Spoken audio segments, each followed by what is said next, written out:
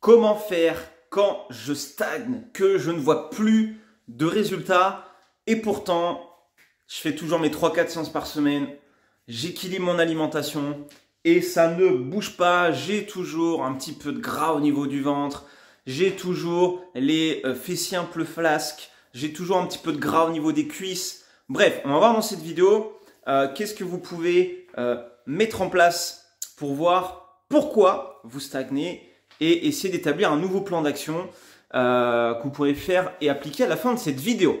Alors, bienvenue dans cette vidéo, c'est David, votre coach, j'espère que vous avez la forme, je vous accueille encore une fois dans mon salon, voilà, en direct. Donc, dans cette vidéo, on va voir en 3 étapes ce que vous pouvez faire tout simplement pour essayer de ne plus stagner en fait, ok, et comprendre pourquoi des fois on stagne, comprendre le processus, etc., etc. Donc, pour mettre un petit peu le cadre et voir dans quelle situation vous pouvez vous retrouver, très souvent, c'est possible, voilà, et j'ai eu des retours parfois, on me disait, David, ok, ça fait plusieurs semaines que je stagne, je ne vois plus de résultats et je ne sais pas si je fais la bonne chose, ok. Je ne sais pas si du coup, il faut que je change quelque chose au niveau de mon alimentation. Est-ce que c'est mon entraînement? Est-ce qu'il faut que je m'entraîne plus? Est-ce qu'il faut rajouter un hit en plus? Il faut que je fasse plus de cardio? Et du coup, le problème, c'est que quand on ne sait pas vraiment ce qu'il faut faire, on est paumé. Ok?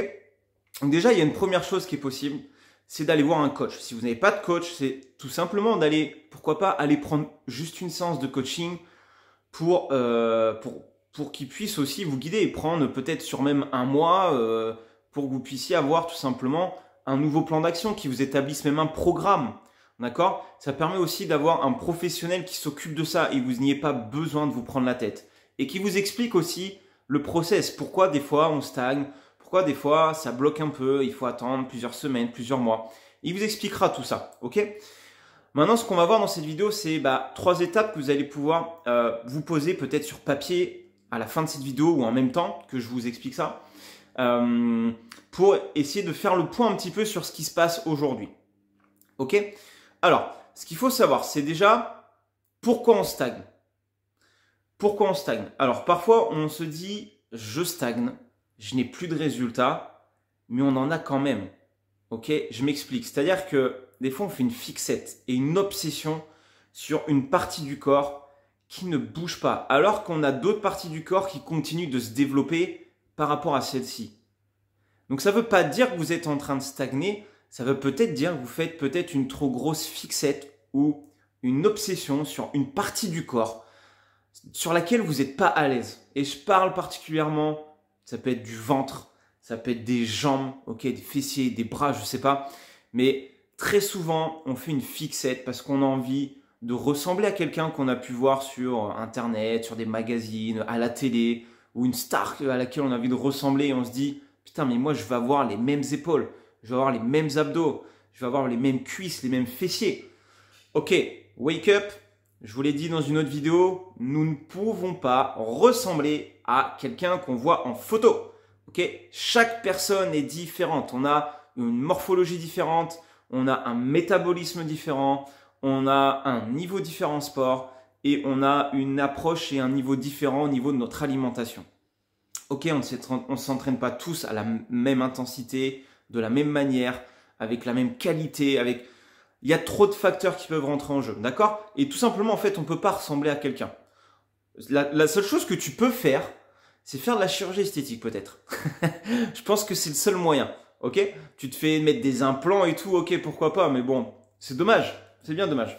Donc la première chose, si j'ai une chose à vous dire, c'est si vous pensez stagner aujourd'hui, essayez de mettre une pause et de voir un petit peu tout ce que vous avez fait jusqu'à maintenant, et de vous regarder un petit peu, de demander à votre entourage, de voir si vous avez des photos qui ont été prises, des vidéos, essayez de vous regarder et de voir « Ah ouais, non, en fait, c'est vrai que...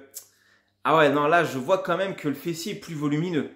Et ouais, ah non, mais là, j'ai l'impression d'avoir un peu plus de dos, d'épaules, de bras, le ventre un peu plus dessiné, plus ferme. Vous voyez? Et je peux vous garantir qu'il n'y a peut-être pas que esthétique, il y a peut-être aussi sur le plan mental, peut-être que vous vous sentez déjà... vous avez plus d'énergie au quotidien, ok? ça peut être ça. Vous vous sentez encore plus tonique qu'avant.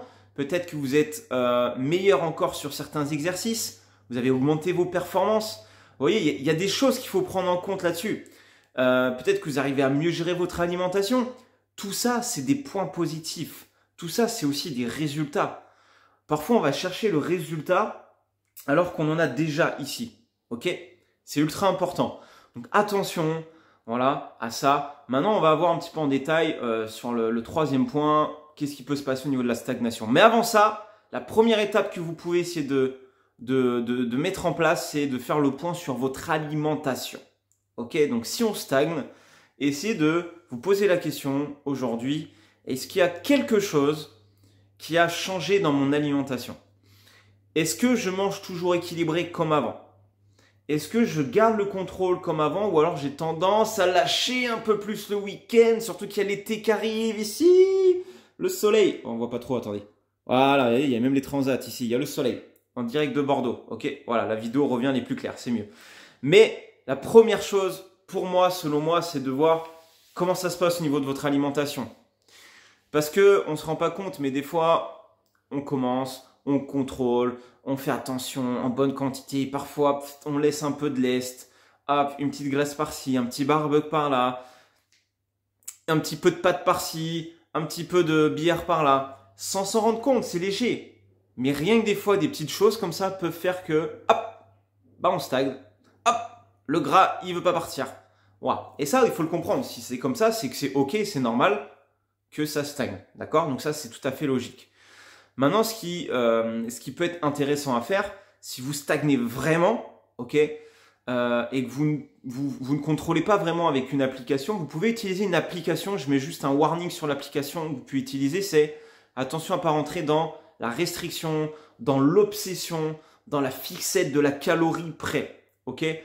Ce que vous pouvez faire, c'est vous faire un point sur 2-3 semaines où vous rentrez tout ce que vous mangez, vous repesez un peu tout, ça va vous redonner un bon équilibre et vous allez tout de suite voir si vous êtes dans les clous ou pas par rapport à vos objectifs au niveau de vos apports caloriques ou pas.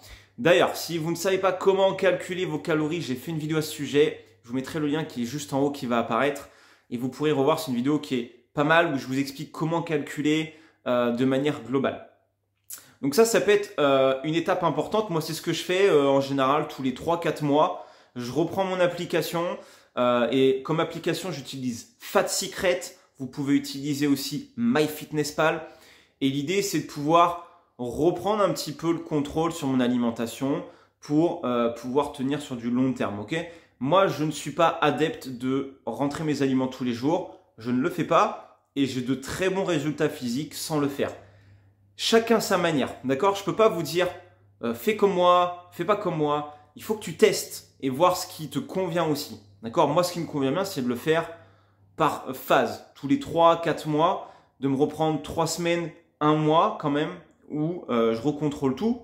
Et oui, ça me permet de à chaque fois rebooster mes résultats. La deuxième chose, ça va être de revoir un petit peu ton entraînement. Une fois que tu as recadré un peu ton alimentation, ça va être de recadrer un peu ton entraînement. Ça fait combien de temps que tu fais le même programme, que tu t'entraînes avec la même charge, que tu t'entraînes au même tempo, que tu t'entraînes à faire les mêmes enchaînements d'exercices, ok? Ce qui pourrait être bien aussi, c'est de changer un petit peu ça, de te mettre un petit coup de pied aux fesses et ça fait du bien. Et tu vas voir que des fois, tu vas dire putain, ça fait du bien de changer. Et ouais, pourquoi tu passes pas, je sais pas, sur un cycle de force? Tu prends 3 semaines et tu dis c'est parti, on va partir sur du 4x5, 4x3 répétitions. Oui, ça va être un peu lourd, mais ça permet de te booster un petit peu aussi. Tu peux faire donc de cette manière-là, tu peux très bien te mettre en mode, pourquoi pas, circuit training, en mode full body. Tu peux faire du tricep, du bicep, où tu enchaînes 2-3 exercices à la suite. D'accord? Où tu changes les tempos d'exécution, où tu fais des tempos où tu retiens ta charge pendant 4 secondes, tu bloques au milieu, tu remontes rapide, tu rebloques au milieu. Tu as plein de manières de faire. Donc, ce qui peut être pas mal, c'est qu'à la fin de cette vidéo, tu regardes un peu ton programme et tu vois un peu sur combien de temps, ça fait combien de temps que tu le fais. Est-ce que tu as progressé en charge? Est-ce que tu regardes les charges que tu utilises? Est-ce que tu te fixes des objectifs chaque semaine ou chaque mois en termes de charge, en termes de tempo, en termes de... Qu'est-ce que tu fais vraiment dans ton entraînement? Ok? L'entraînement, il ne faut pas que ce soit non plus un entraînement où tu dormes sous tes poids. Ok? Il faut aussi je dirais, se pousser, aller chercher l'intensité. Pas forcément aller chercher à finir KO technique à chaque séance. Le no pain, no gain. Il y en a qui aiment ça, hein. Il y en a, ça marche très très bien. Mais après, le problème, c'est que tu peux créer énormément de fatigue si tu n'es pas assez alimenté derrière, si tu n'es pas assez réglo sur ton alimentation. Le problème, c'est que tu vas rentrer dans une fatigue et la fatigue va faire que tu vas grignoter, tu vas peut-être moins bien t'entraîner, tu vas louper une séance, une deuxième, tu vas culpabiliser, tu vas arrêter de dire « Oh putain, ça y est, c'est fini, c'est le bordel. » Ok? Ça peut créer ce genre de choses. Donc, attention à ça. Et donc, comme je t'explique au niveau de l'entraînement, tu as l'intensité que tu vas utiliser. Regarde si ton exécution est bonne, si ton amplitude est bonne, si tu utilises des charges et que tu augmentes tes charges progressivement. Voilà, c'est un peu ce que je peux te dire sur le terme d'entraînement globalement et de peut-être varier la méthode juste quelques semaines, 2-3 semaines pour revenir sur le même entraînement et changer peut-être les ordres d'exercice pour avoir de nouvelles sensations. Ok? La troisième, je dirais, étape pour t'aider à comprendre pourquoi tu stagnes, ça rejoint un peu ce que je t'ai dit au début de cette vidéo, c'est que c'est souvent le mindset qui va bugger. Et oui, parce qu'on a une mauvaise perception des choses. Et c'est ce que je te disais au début de cette vidéo, c'est que dans ta tête, pour toi, c'est que tu t'es focus sur un groupe musculaire. On a tous une partie du corps qu'on a envie de développer plus que l'autre. Et putain, je le sais que si ça ne bouge pas, on se dit merde, putain, qu'est-ce qui se passe? Qu'est-ce que je fais pas assez bien? Et on ne pense pas à regarder ce qui s'est passé sur les autres parties du corps. Ok? Donc c'est important. Ne faites surtout pas de fixette sur une partie du corps. Il y a des zones, il faut le savoir, qui mettent plus de temps. Ce qu'il faut se dire, c'est par exemple, si vous avez déjà perdu du poids, ok, et que vous avez encore un peu de graisse accumulée sur une certaine partie du corps et que ça ne part pas, c'est soit déjà, il y a un truc dans votre alimentation qui cloche, et ça, c'est sûr, mais très souvent, c'est dans votre mindset que ça cloche, ok? Parce que vous faites une fixette sur ça, parce que vous dites putain, pourquoi? Et vous mettez une charge émotionnelle énorme, vous mettez un stress, une pression, de putain, ça marche pas, j'ai pas de résultat, pourquoi? Et non, mais essayez de vous détacher de ça, d'accord? Vous dire, c'est normal, c'est ok, ça met du temps, si on a pris du poids pendant plusieurs années, ça va pas partir comme ça en quelques mois. Ça va mettre plusieurs mois, plusieurs années à partir. Et donc, c'est un travail de longue haleine. C'est pas un sprint, c'est plutôt un marathon. Et j'aime le dire, essayez de le voir comme un mode de vie, comme un style de vie, un lifestyle, on appelle ça. Ok? Si vous mangez équilibré, que vous vous entraînez, faites-le pour vous faire plaisir, pour être en bonne santé, pour vous sentir bien dans votre tête, mais aussi dans votre corps, que de vouloir chercher le résultat, la récompense. L'entraînement, c'est la punition parce que ce week-end, j'ai trop mangé. Ah, aujourd'hui, je vais pas manger de glucides parce que ce week-end, j'ai trop fait la fête. Non, ça, c'est de la punition et c'est pas bien, d'accord? Voyez plutôt d'une manière positive votre façon de manger, votre nourriture, c'est pour être en bonne santé. Et votre santé, si vous avez la bonne santé, ça vous aide à tenir tout ce que vous pouvez faire dans la vie, avoir un bon mental, à travailler de manière efficace, ok? À être en forme pour vos proches, vos enfants, votre conjoint, votre copine. Bref, d'accord? Ça vous permet tout ça aussi. Donc, le mindset, il faut comprendre que vous avez des cycles de motivation. Ok? On a tous des cycles de motivation. Donc, il faut aussi réfléchir sur vous-même et vous dire, ok, si je regarde sur une année et que je prends mon calendrier, à quel moment dans l'année j'ai des moments où je suis plus motivé, où j'ai plus envie de rien faire. Et donc, ce qu'il faudrait faire, c'est sur ce calendrier, vous mettre un encadré à chaque fois, vous dire, ok, là, j'ai un cycle de baisse. Là, j'ai un cycle de remontée. Là, j'ai un cycle où ça, c'est stable. Et de pouvoir, en fait, comprendre pourquoi vous avez un cycle de hausse à ce moment-là, pourquoi vous avez un cycle plutôt stable à ce moment-là, pourquoi vous avez un cycle plutôt bas à ce moment-là. Et vous dire une chose, c'est que c'est tout à fait normal. Chaque être humain a son cycle de motivation. Ok? Et comme j'avais expliqué dans une ancienne vidéo, dans une autre vidéo, comment on fait pour retrouver la motivation, c'est tout simplement en se connaissant soi-même.